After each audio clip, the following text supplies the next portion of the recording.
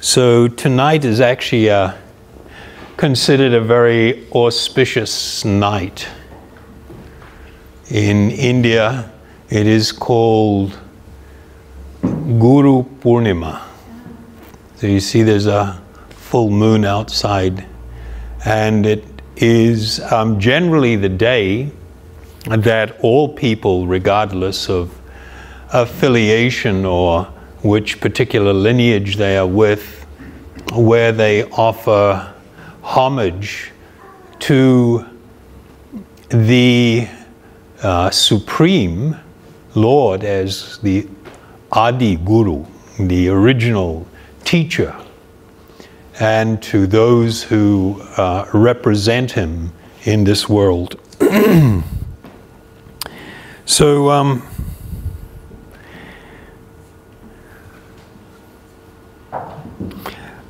we're talking about the topic of self-love because I've had quite a few questions. I've sort of touched on it in passing a couple of times. And there has been some questions, and particularly in relation to something I mentioned a week or two ago. So we're kind of making a little bit of fun of it. Are we allowed to do that? People are not going to pull their hair out and throw things at me or whatever. What if I break up with me?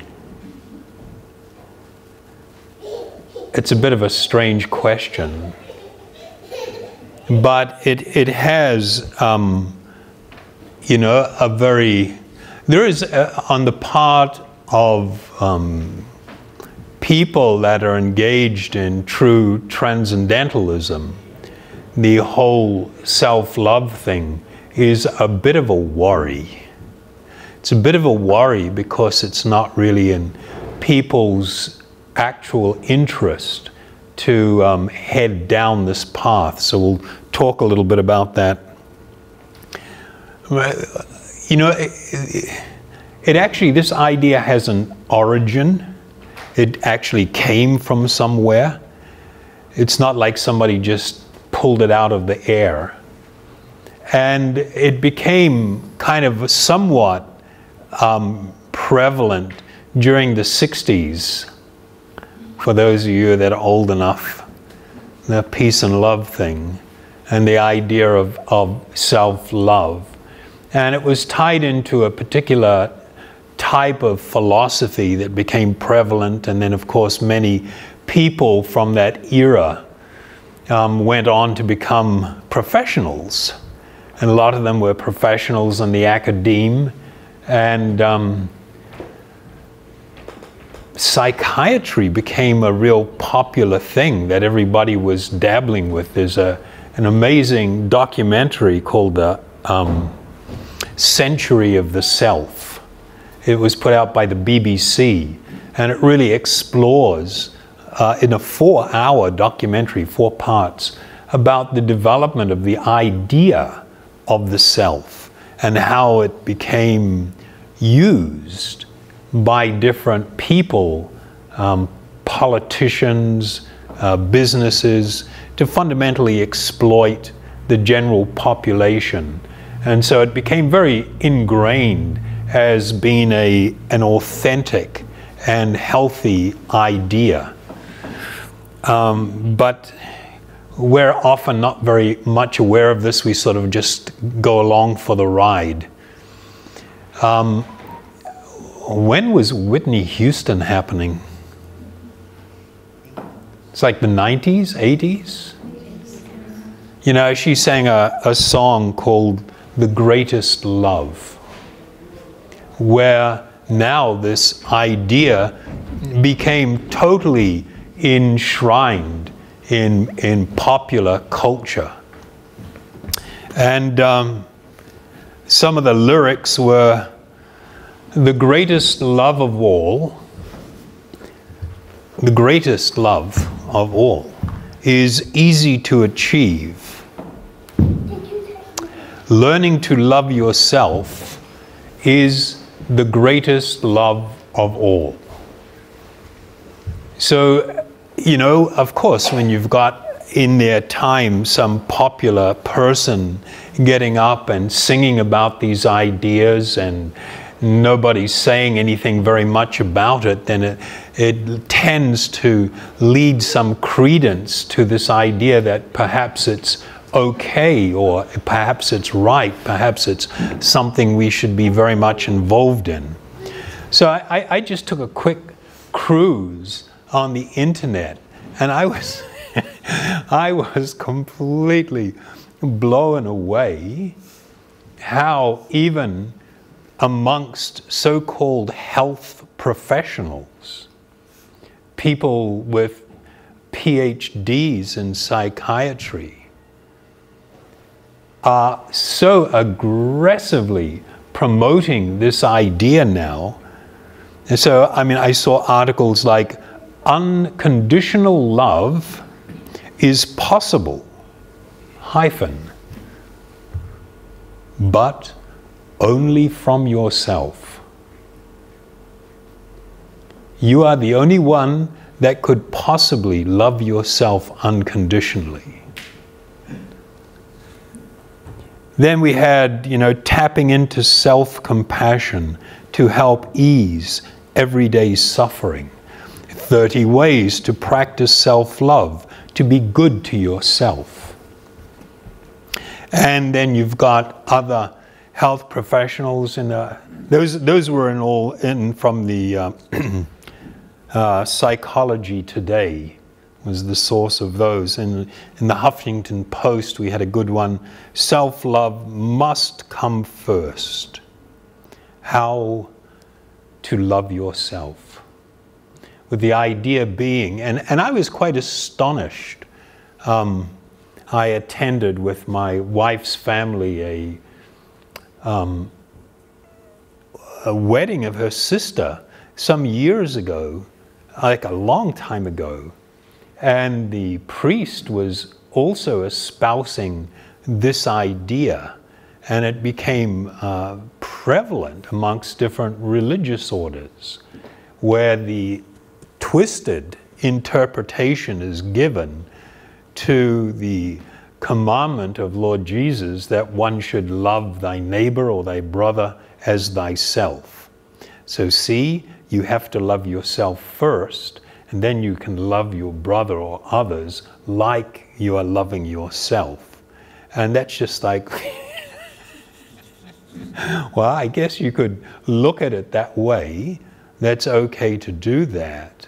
But there is no historical, spiritual teaching, none, zero. There is no historical spiritual teaching that supports this idea.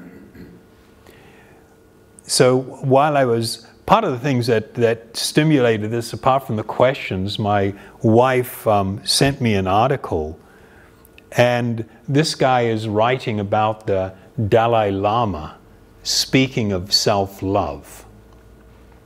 You want to know what the Dalai Lama's position is? Or no?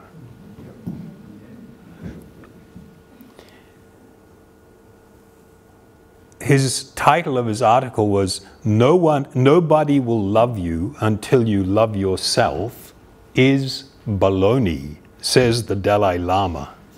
Do this instead. And then he went on to explain what it is that a person needs to do in order to come to the platform of actual happiness. And he broke it down. He said that there were two key factors that make it so a person can achieve happiness. One, they need to have an actual purpose. We're not talking about self-love as being the purpose, but their life needs to be a purpose-filled life or a purposeful life. And the second thing he said is in helping others. These two things, he says, will bring a person to happiness. And of course, both of those things have little or nothing to do with what we might consider to be selfish interest. So he, in the book that he wrote on the subject, or where this was mentioned, he says, I believe that the proper utilization of time is this. So we're talking about what you do with your life all day, every day. If you can serve other people, other sentient beings, if not, at least refrain from harming them. I think this is the whole basis of my philosophy, says the Dalai Lama. Wow, that's a kind of like a pretty abrupt departure from the idea of me being the center of everything. From the spiritual perspective, the idea of being the center of everything is considered to be spiritually actually quite destructive. In that book by the Dalai Lama, he brings up all these studies that show that people that have a lot of self-interest are actually ultimately unhappy. And people that have less self-interest, they're more of a giving and a serving and a sharing heart, their lives are way happier, way better. They feel less strain and stress and concern. They're able to take the ups and downs of life and sort of flow with it. And he quotes all of these, of course, academic studies to support this idea. So, but, you know, we have this whole culture now where people are encouraged to become very, what they say is self-focused. And they say that there is a problem that people don't have enough self-esteem.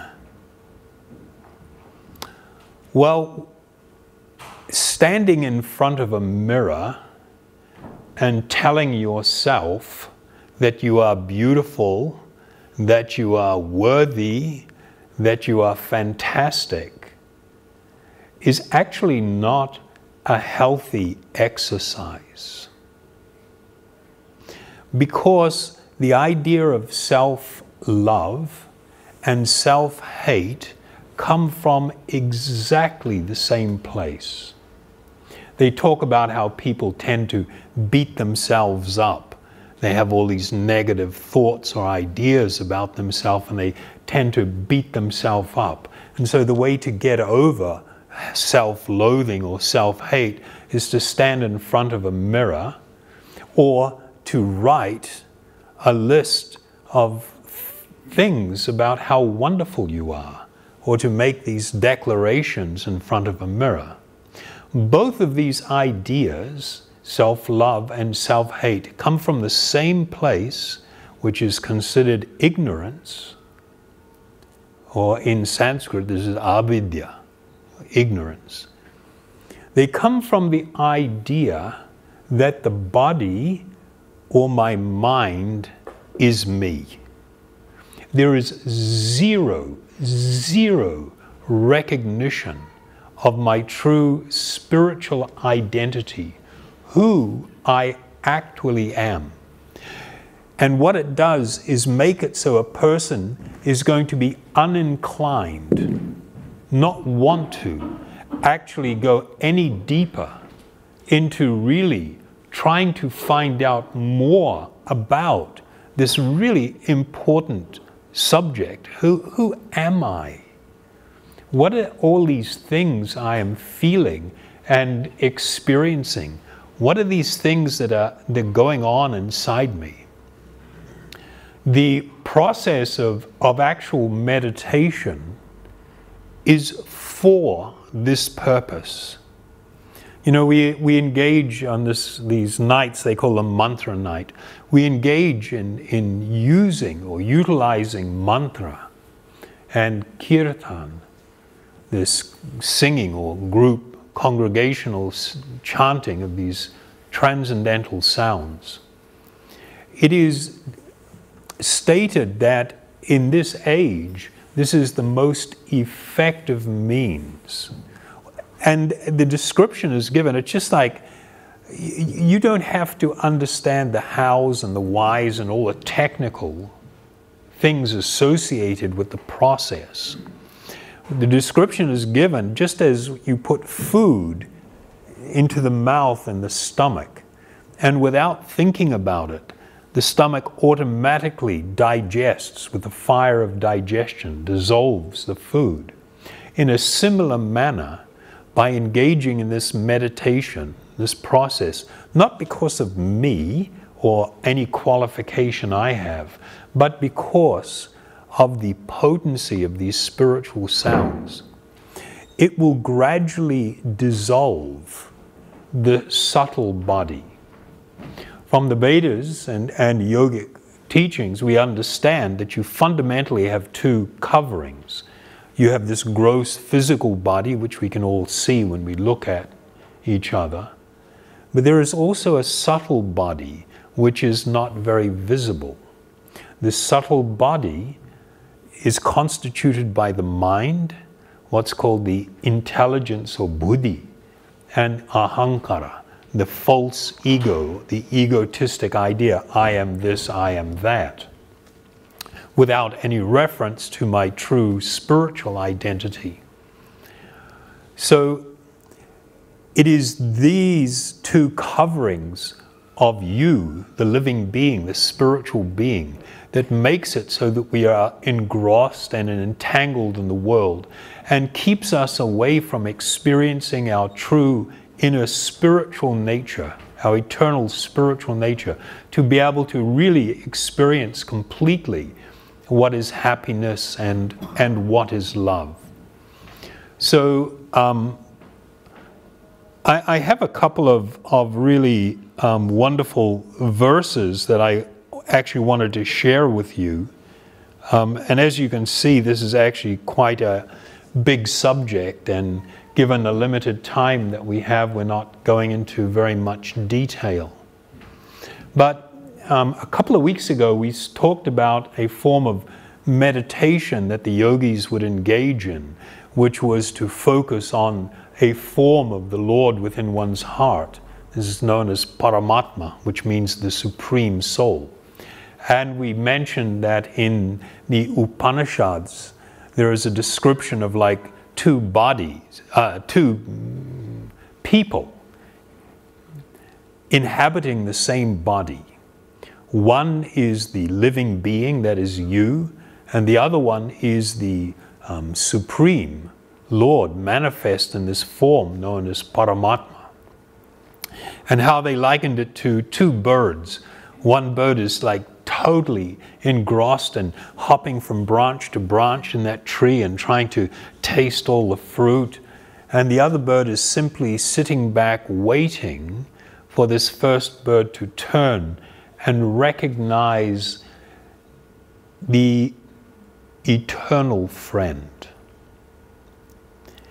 This is actually the true meaning of the word soulmate.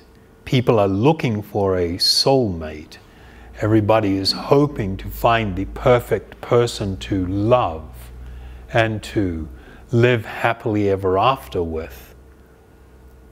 The reason that we have that aspiration or desire is because in truth we do have a soulmate, but it is not another entity or person of this world. It is a transcendental personality. And the most important thing that is needed to make it so we can refocus our attention is to become free from the selfish spirit, the self-centered spirit. The selfish spirit or self-centered spirit, even if it is done in goodness and kindness, which it often is, still will make it so we are uninclined to reconnect. So from a very ancient text called the Bhagavad Purana, it is a wonderful verse. When a person gives up the selfish conception by which one thinks, this is my property, that is his. So it means this is an example. It's not the sole way, but it is an example of how the selfish conception is manifest, where I see distinctions. And when a person is no longer concerned with the pleasures of this world, nor is indifferent to the discomforts of others, he becomes fully peaceful and satisfied. So one of the unfortunate realities is that even if I have the most pure intention, the more I become self-focused, the more I will tend to be very unaware of others' suffering. You know, it's always amazing when people get into this space, they become completely absorbed in the idea of, if you meet someone, if you go somewhere, my experience of it. I am not mindful of, I'm mindful of the effect that other people and the environment has on me, but I am completely not mindful of the effect that I may have on others. I'm not saying this is bad or evil or anything, it's just a reality. When you become self-focused, you tend to become more disassociated from others, whereas a true manifestation of enlightenment is the growing feel of compassion, empathy for all others. So I'm going to just read this whole thing again because I only got halfway through it. When one gives up the selfish conception by which one thinks, this is my property and that is his, and when a person no longer is concerned with the pleasures of this world or is indifferent to the discomforts of others, he becomes fully peaceful and satisfied. He considers himself simply one amongst all the living beings who are equally part and parcel of the Supreme Lord, and such a satisfied yogi is considered to be at the highest standard of devotion to the Supreme. And then in another verse, which I'll just finish with, in a very humble plea, this statement is made: I am such a fool. No, this is not self-loathing, this is a recognition of things. I am such a fool that I have given up the service of that person who, being eternally situated within my heart, is actually most dear to me. That most dear one is the Lord of the universe, who is the bestower of real love and happiness and the source of all prosperity. Although he is in my own heart, I have completely neglected him. Instead, I have ignorantly served insignificant people who can never satisfy my real desires and who have simply brought me suffering, unhappiness, fear, anxiety, lamentation, and illusion. Is that too harsh? Can we handle this or what? Or is it a bit much? Everybody's very quiet. Was that too serious? You know, it's actually a very serious subject, and I promise going forward we will revert to things that may be a little bit easier for people. You know, the things that I'm talking about are actually quite challenging. They challenge what we have come to accept. They challenge the ideas that we've formed. They challenge what we think is the purpose of life. They challenge what we think is our realization. And it's not like somebody just pulled these ideas out of the air. They are foundational to all spiritual teaching. They are so ancient. Today, you know, I mentioned this is called Guru Purnima. They also call it Vyasa Puja, which means the day of worshipping Srila Vyasadeva. Vyasadeva, he was this incredible personality that was empowered to compile all of the Vedas, vast amounts of teaching that was previously passed in an oral tradition and now was going to be written down for the sake of people going forward. And Vyasadeva, he was not the originator, but he was the compiler of the entire Vedas. Such a vast amount of spiritual teaching. It's unimaginable for many of us who have not had exposure to how broad and deep these teachings are. And they are for our benefit. The desire of all the great spiritual teachers, the great sages, is that you and I will come to the position of immeasurable happiness and the deepest spiritual love. That is their wish, and they are simply showing what the barriers are, what are the things that are making it so that we cannot come to experience that reality. Okay? Too serious? Huh? Or no? A little bit different, yeah? Actually, most of the things that we talk about, we sort of like just touch on kind of briefly. So, I mean, we're in this era now of very short attention spans. And of course, we want to present principles and ideas in a way that people can understand. This particular subject is a little bit on the deep side for many people.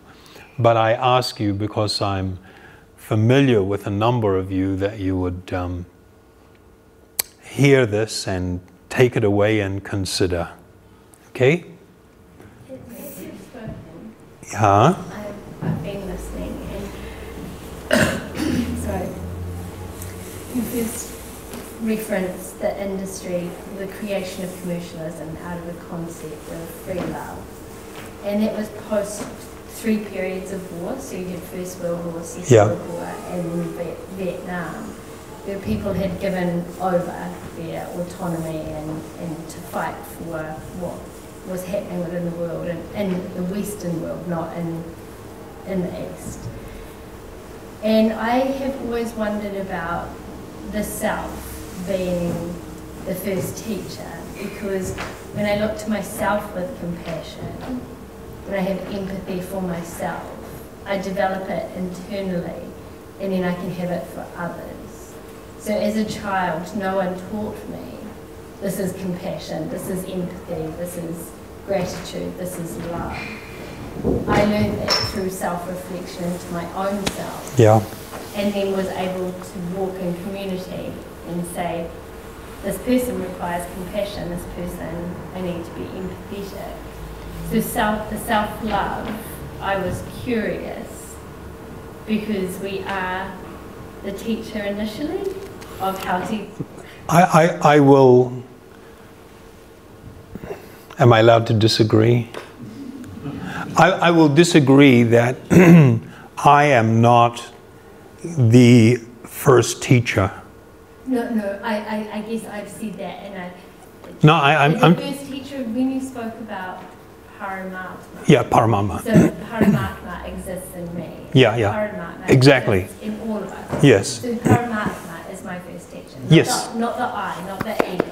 Yep. So I return. Way to go. We're on board with that one, big time. So I return to Paramatma to see what is happening. I deeply appreciate your clarification and do completely agree.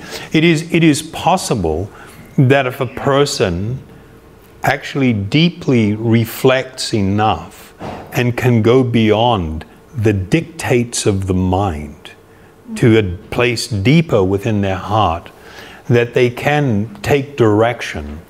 And some people refer to it as like a conscience. In Sanskrit, this is called Chaitya Guru. Chaitya Guru means like the Guru within. This is the Lord within our own heart. So, or Paramatma. The living being is called Atma, which is the self, and then you have Paramatma, the supreme self, which is not you. There is a distinction. And yes, we can and do derive inspiration and clarity and vision.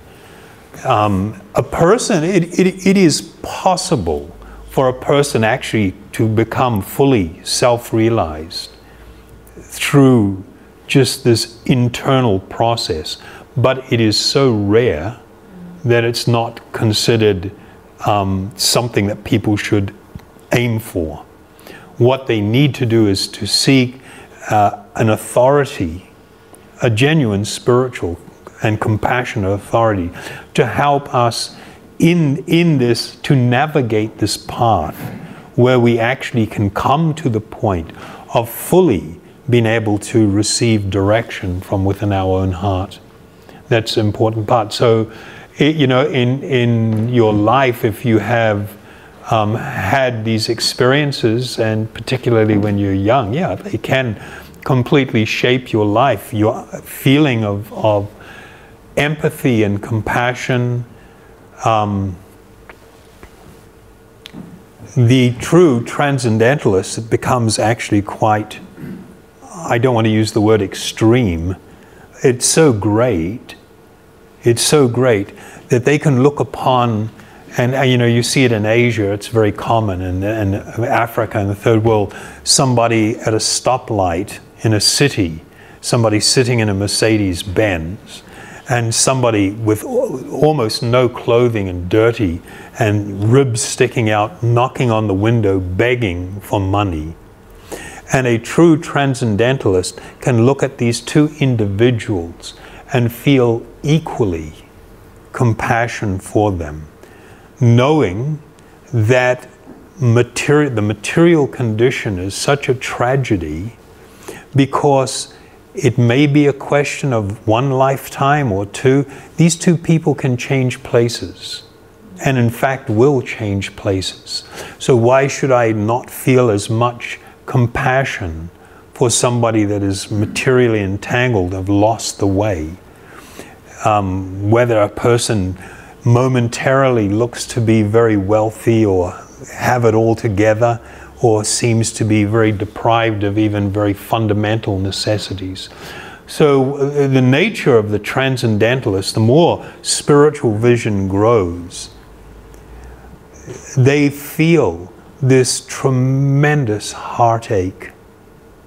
This heartache comes from just looking at the condition of all the living beings in this world, and all of this unimaginable and untold amounts of suffering and difficulty, and the fact that we are separated so much from this Lord within our own heart, where our true home lies.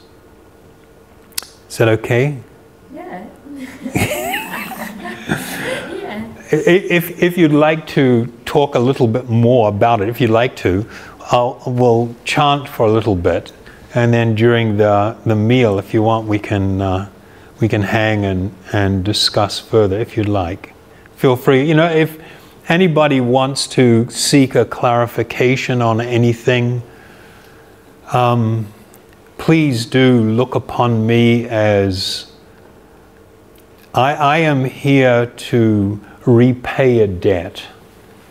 I have a tremendous debt to my spiritual teachers that I can never repay for the amazing gifts that I have received.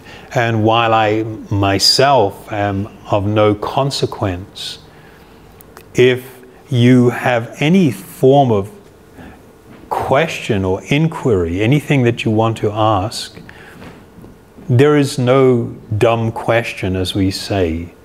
All of these things are important. Any inquiry is important. So feel comfortable, and it's not an irritation or a distraction. I am here. I come here for the purpose of hoping to be of some service to you all. So if you want to take advantage of that and see what I might be able to contribute in your life, then please do feel free to approach me. Thank you very much.